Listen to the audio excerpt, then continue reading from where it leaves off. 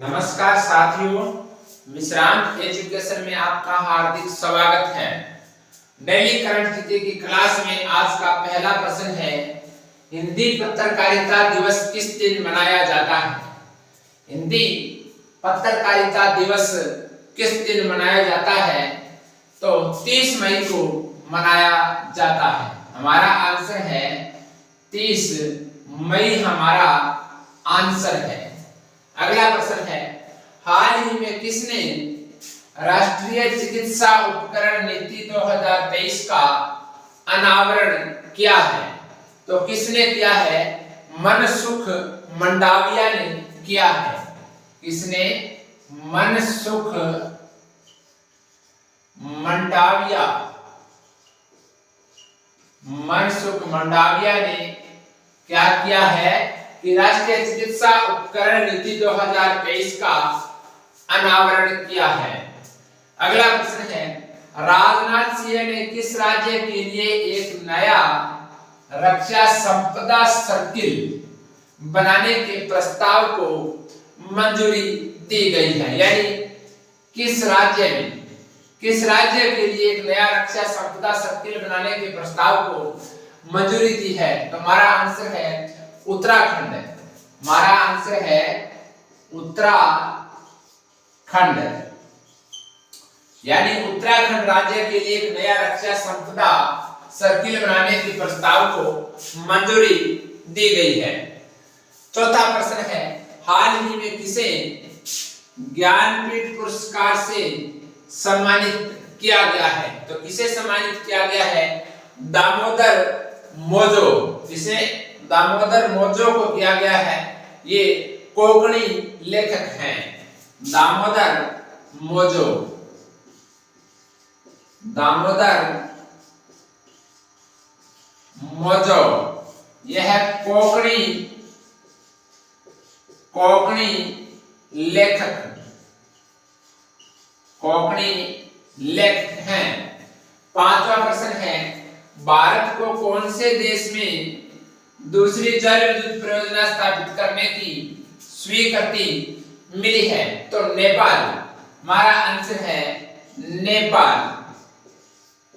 नेपाल देश में भारत को दूसरी जल विद्युत परियोजना स्थापित करने की स्वीकृति प्रदान की गई है। छठा प्रश्न, एसबीआई की रिपोर्ट के अनुसार FY 2022 में भारत की जीडीपी ग्रोथ कितने प्रतिशत रहेगी? तो 8.2 से 8.5%। 8.2 से 8.5%। अगला प्रश्न है, MUFG बैंक ऑफ जापान को किस शहर में एक शाखा खोलने की मंजूरी मिली है? तो हमारा आंसर रहेगा गुजरात। हमारा आंसर क्या होगा? गुजरात। गुजरात में क्या है कि MUFG बैंक ऑफ जापान को गुजरात में एक शाखा खोलने की मंजूरी मिली है। अगला प्रश्न है, बांद्रा वर्सोवा समुद्री पुल। बांद्रा वर्सोवा समुद्री पुल है, इसका नाम कौन से स्वतंत्र वीर के नाम पर रखा गया है? तो किसके नाम पर रखा गया है?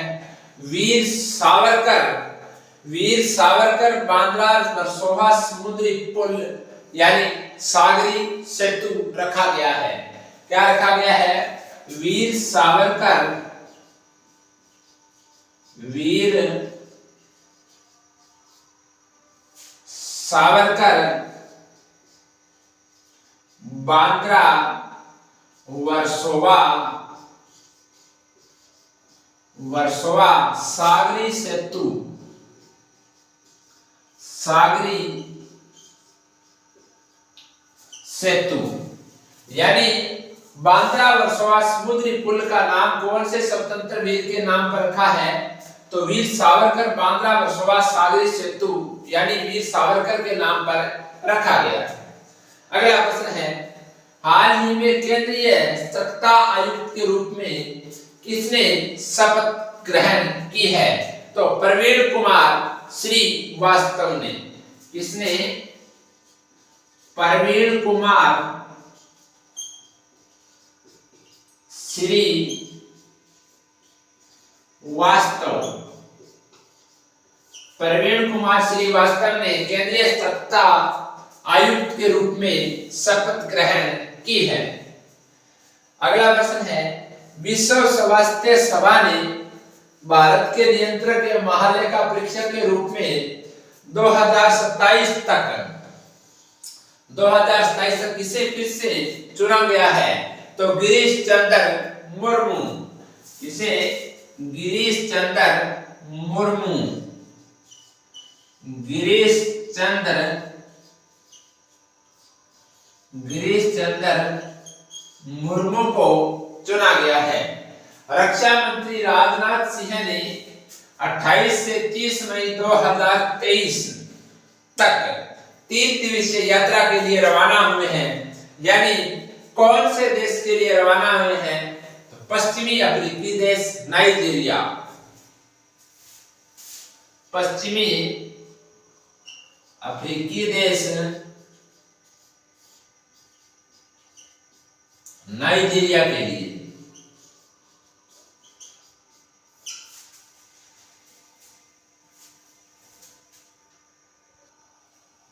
पहला प्रश्न था, हिंदी पत्रकारिता दिवस किस दिन मनाया जाता है?